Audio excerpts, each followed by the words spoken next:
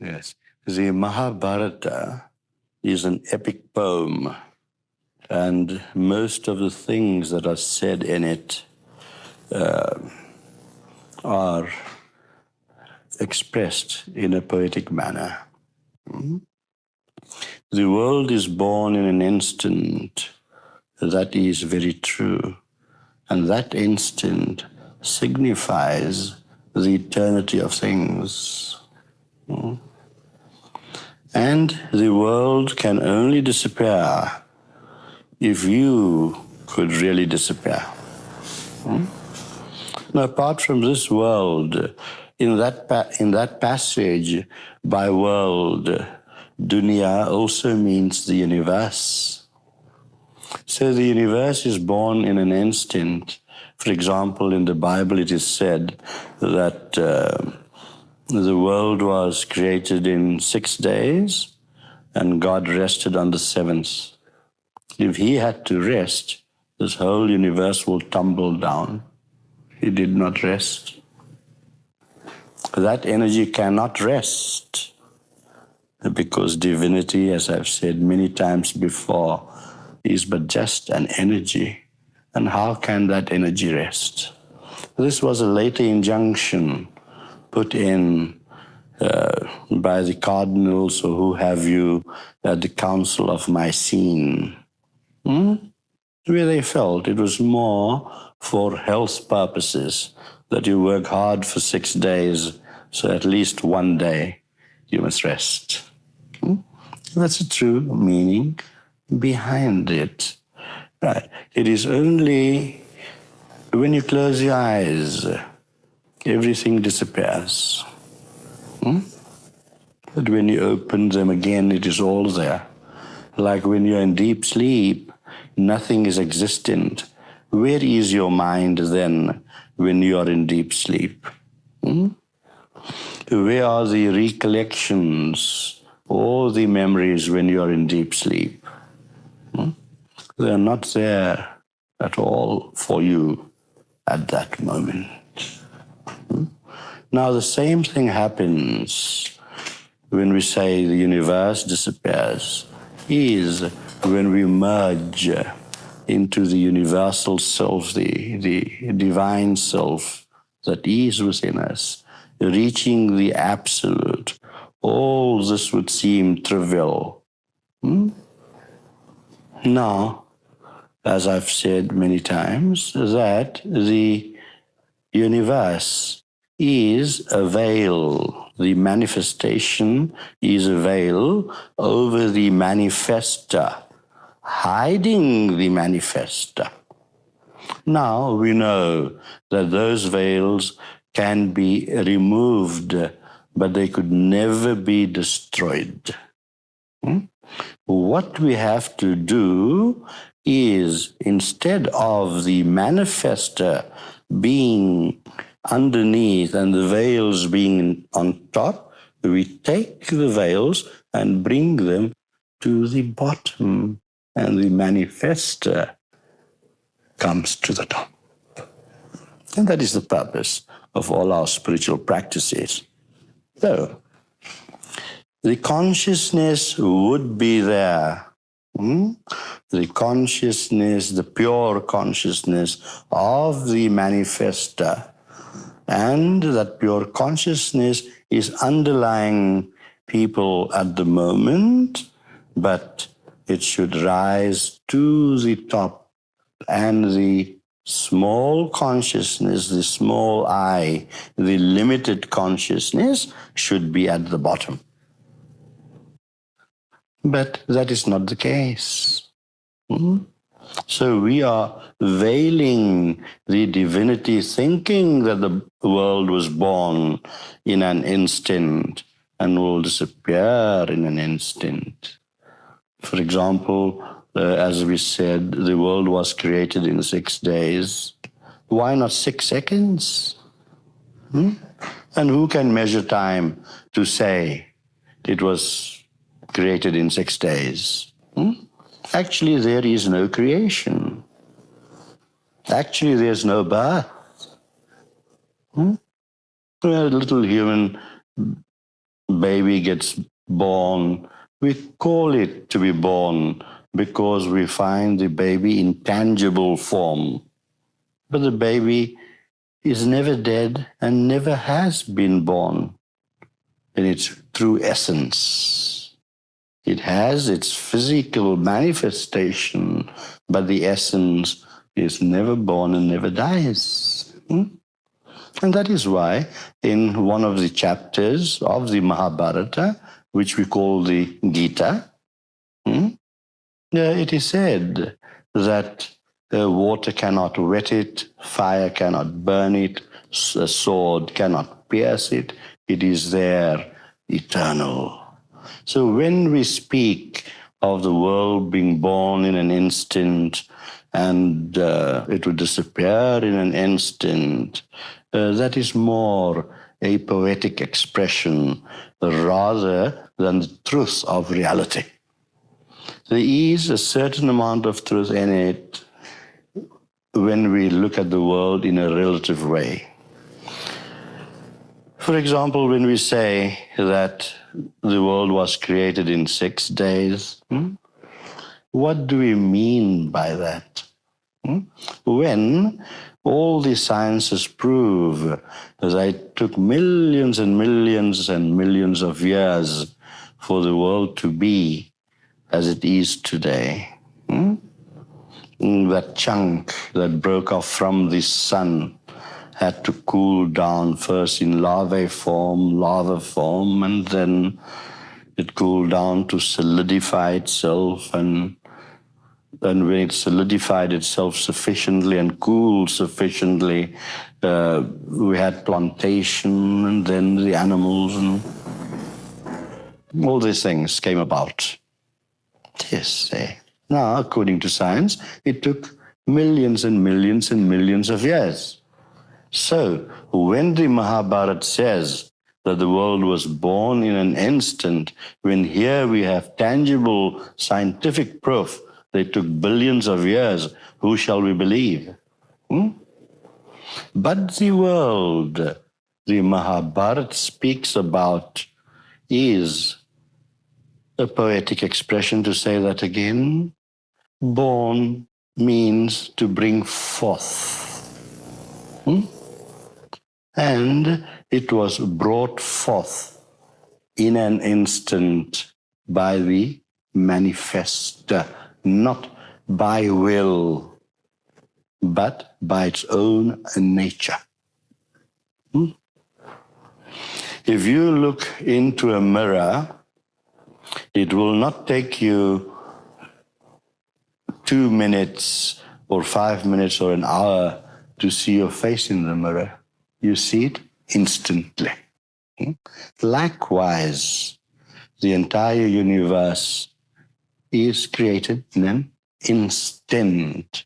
And the manifester, being universal, that so-called birth is also in an instant. Now, when the world disappears or the universe disappears, it is you that's making the universe disappear.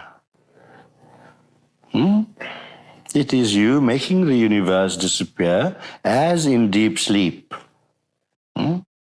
So, reaching the stage of the absolute is somewhat similar to deep sleep. The difference is this, that in deep sleep you are totally unconscious. While in that sleep, in the lap of the God, to use a poetic expression, when you merge into God, you're also in a deep sleep, but totally conscious of the entire universe. That's the difference between self-realization and sleep. When you're in deep sleep, you do not feel any pain. You do not feel any pleasure. You become totally oblivious. While in the state of realization, merging into the absolute, you will feel total ecstasy and joy. In other words, the experiencer only experiences himself and not all the machinations of the universe. So merging there into that area, and you can merge away while still having this body. When you have risen above it, when you have merged all your senses within yourself, the senses we spoke of the other night, hearing, seeing, touching, smelling, which in turn governs your feelings and your emotions. And when you merge all those within yourself, withdraw it in yourself. So the Mahabharata would use the word pratyahara, where all your senses are withdrawn. And when your senses and emotions and feelings are withdrawn, then you start experiencing yourself by yourself. So the world is born. It's a birthless birth. It's a manifestation. The word born there is used only poetically. Because the Mahabharata is nothing else but a poem written by Vyasa. The Mahabharata is chanted, and where the story is told by Vyasa through a person he called a Vaisampai. Would you like to hear how the Mahabharata is chanted? I'll give you a little sample. Vaisampai ani perbolya sun janme jay rai vistari tujne sambrau ad paro mahimai. That's how it's chanted. Yes, lyrical poetry. But behind all poetry, there's deep meaning. And when we talk of the world was born, it is a poetic expression to repeat it again. For nothing is born and nothing dies. Nothing is born and nothing dies, ever. It is always there. You have been eternal, birthless, and you will remain deathless. These bodies mean nothing. When autumn comes, the leaves fall off the trees. But the tree's not gone.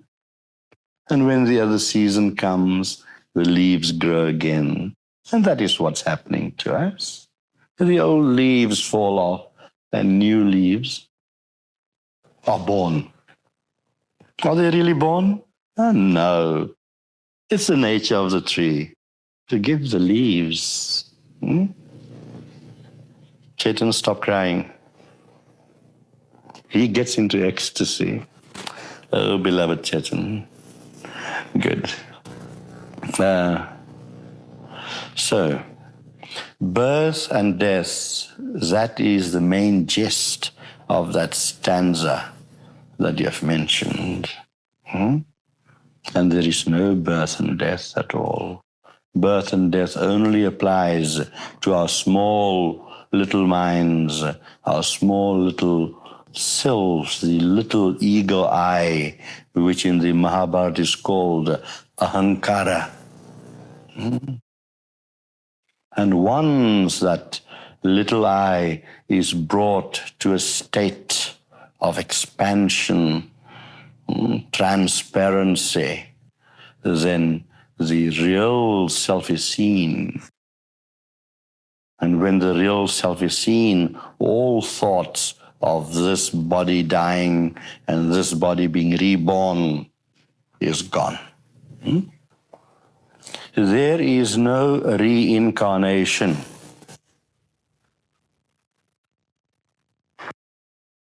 The absolute, the real you cannot reincarnate. It is eternally there. The only thing that reincarnates is that ego self for the purpose of cleansing itself to reach back, to merge away again into the manifesta. So our battle is with the sense of I and how to diminish the sense of I. The sense of I brings about me and mine. My chair, my table, my lamp, my wife, my children. And then all the troubles begin then. When you have the sense of me and mine. My child did something wrong, so you feel hurt. Which part of you feels hurt? Your mind, the ego self, feels hurt. My wife has been unfaithful to me, and I feel hurt, you say. Which part of you feels hurt? That ego self, because of its possessiveness, because it always tries to possess me and mine, mine, mine.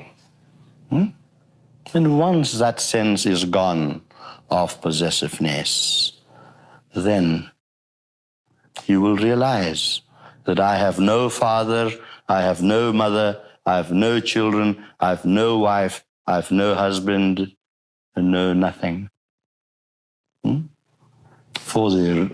Then you are speaking from the real I within you, the spiritual self within you. Because the spiritual self cannot possess an object, because the spiritual self is the subject and the object together.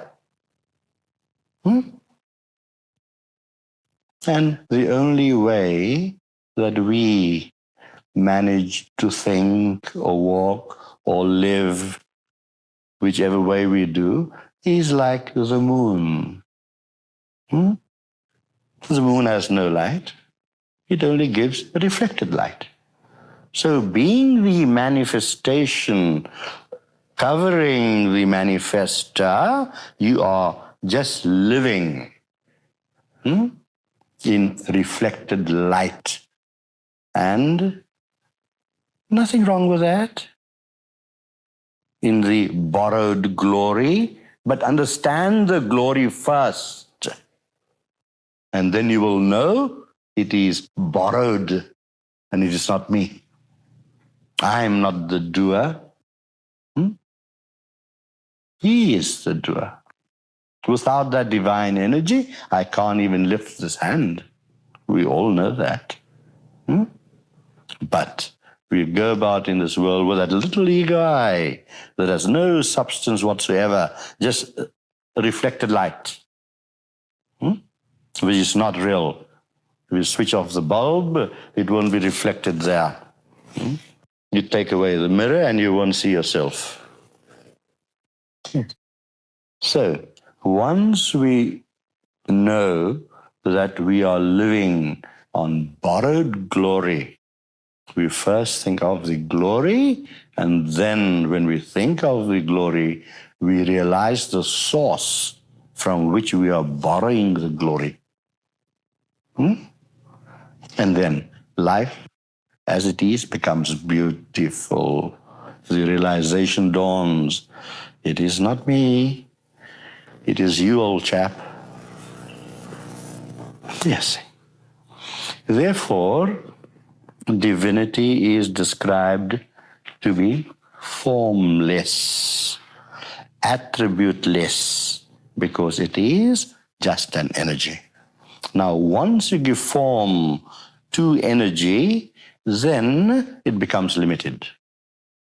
So that divine energy has to be formless, and within its formlessness, it has all these waves, all these leaves on the tree, Yes.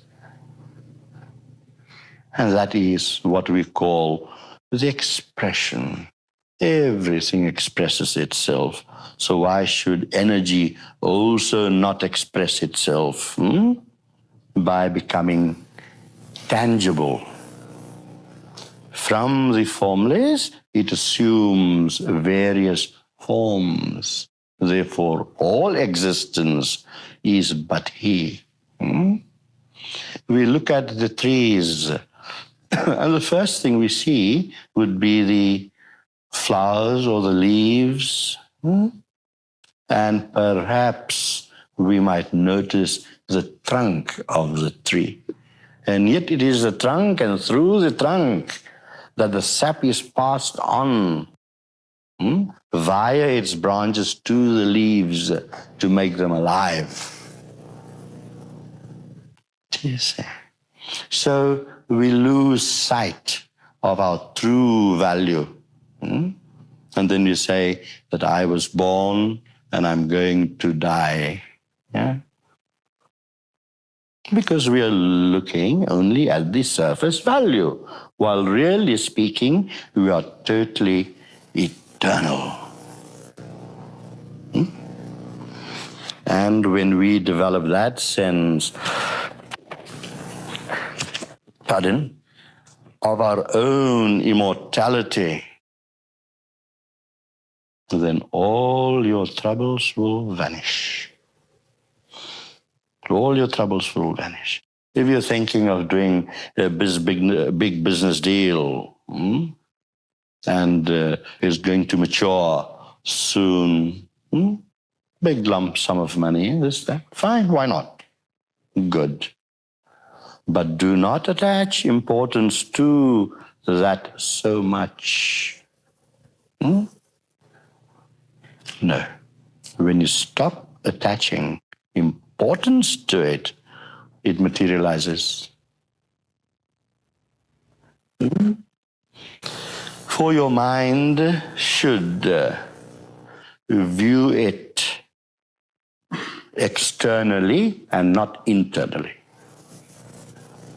And when you view it just externally, your mind can view it with greater insight. For example, the person is very angry, unnecessarily, perhaps, right? And you can speak to that person. You can give that person, the angry person, the most wisest advice possible, but it won't sink in. But let the person quieten down. And then you speak to him, and that person will know that you're making some sense. Likewise, when we get involved in any matter, even husband, wife, two beloveds, lover, beloved, be involved, but at the same time have that non-attachment. And by non-attachment means that I do not possess anything. It is only my little ego self that talks of this possession. Or whatever. Beautiful antique chair, or we can apply it to everything in life. So when you have non-attachment to things and yet being involved in those things, you will find your hurt is not there or considerably lessened. Possessiveness is of two kinds. When you possess an object, you regard it to be yours, right? And you do not want to lose it. But there's a different kind of possessiveness also, where you regard your beloved, for example, as yourself.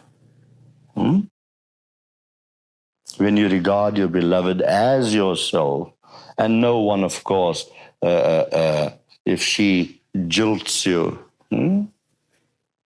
no one, of course, wants to lose his arms or his limbs or whatever, because not possessing the object, but by being the object. That's a different kind of possessiveness. Actually, it is non-possessive possessiveness. Right. You regard your beloved to be your very eyes. So one with you. You're merged in each other. You appreciate and know that the spirit within you is the same spirit within her. And she's your eyes, as I said. And you don't want to be blinded. For practical purposes, you have work to do. And without eyes, you can't. Right. But that is not possessiveness. To repeat again, non-possessive possessiveness. Yes. Now, that is non-binding. That is non-binding, where you are not bound by karma. You are not involved in that vicious circle. Like Buddhism with its wheel of karma. The wheel will still be there, but you can jump off the wheel and view the wheel. Without any wheel or woe. So, the question that arose from the Mahabharata is not to be taken literally. It's a figurative, poetic expression that you're born in an instant. And even if you take it physically, I still think it is wrong. Literally, it's wrong. How can a child be born in an instant? Yes, I wish they would, so the mother doesn't go through so many pains. Right. So poetry is always to be taken very seldom literally. The doggerel limericks you can't take literally. But real poetry is always very deep. It has depths. So, the world, or the universe rather, was never born. It will never perish. It will always be there. You are eternal, and forever you will remain eternal. This body will change. Who cares? And as a matter of fact, when it ages or something happens to it and the bodily functions are not in balance, you discard it. So what? Here's the rub. You discard it. Who is the you? That inner self. That is the you. That is the you that is discarding this outer body. You see, many times we use words and really know not the meaning thereof. I discard my body. Who is the I that's discarding the body? Or you discard the body. Who is the you? That you is the immortal soul that is within everyone. That immortal spirit, rather, not soul. There's a difference between soul and spirit. The soul is that which is the mind mixed with divine energy. The ego, the mind, mixed with divine energy, that's the soul. And the spirit is that energy, which which does not include the mind. You see? So that's the difference between soul and spirit. So, everyone is immortal. And when we say, I discard this body, yes, why not? I discard the shirt. But I know I'm not going to run around naked. I'm going to put on another shirt. You see? But we attach more importance to the shirt than the wearer of the shirt. So we attach more importance to the body than the spiritual self. So to go back to the Mahabharata, birth, no. Death, no. Everything is immortal. Nothing can perish. And once we find that immortality within us, once we start realizing its value, now here, though the mind is a cunning animal, as I always say, it is to be used as a tool. And we can very easily clarify the mind in such a way so that it becomes a useful tool. For example, if you take a knife which is blunt, it cannot cut. But if you sharpen it, you can cut. Right. So, in the same way, we sharpen the mind, we bring it to a clarity so that we cut away our sanskaras. And become one with that spirit within. See, down there, down the stairs, where I go to my room through the chapel, there is a little poster there. It says, I shall destroy with, I come with fire. Very good. People don't understand it. They say, in the next coming, while for the eternal spirit there's no coming or going. But here, it's meant coming in a body. That I come with fire. People think he's going to come with flaming sword, on a chariot with 6 white horses flying through the air, and destroy everything with fire. That's not what it means. I come with fire to burn up your sanskaras so that you could know the value of my love. It's a pity they forgot to add that on.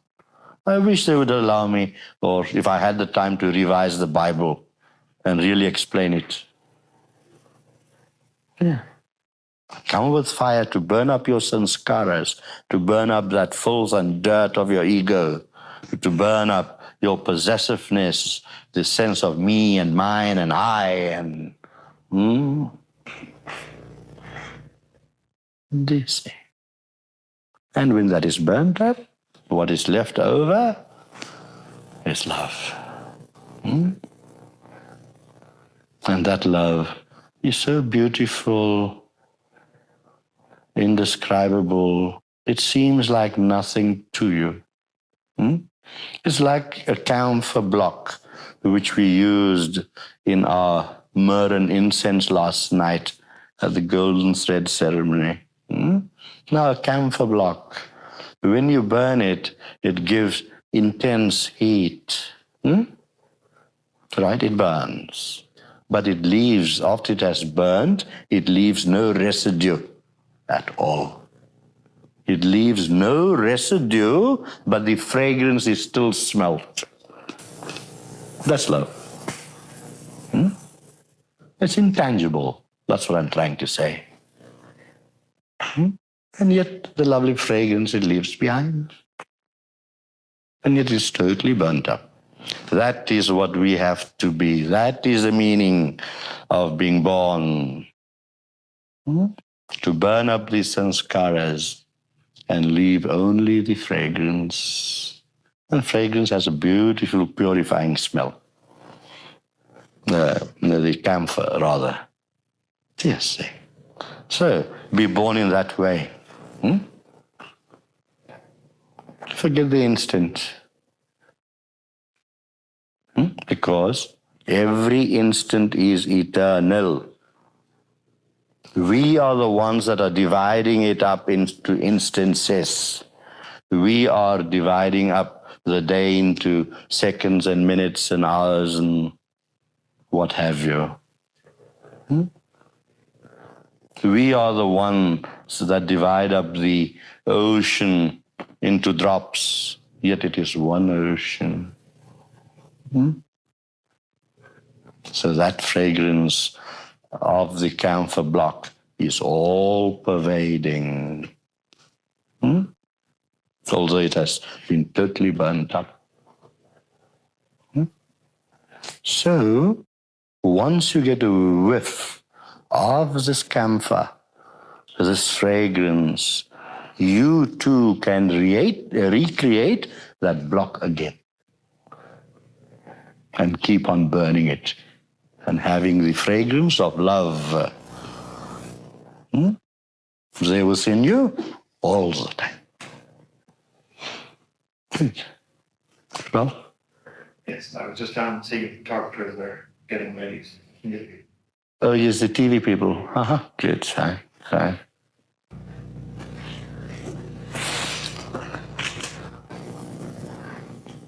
Interesting question. Interesting.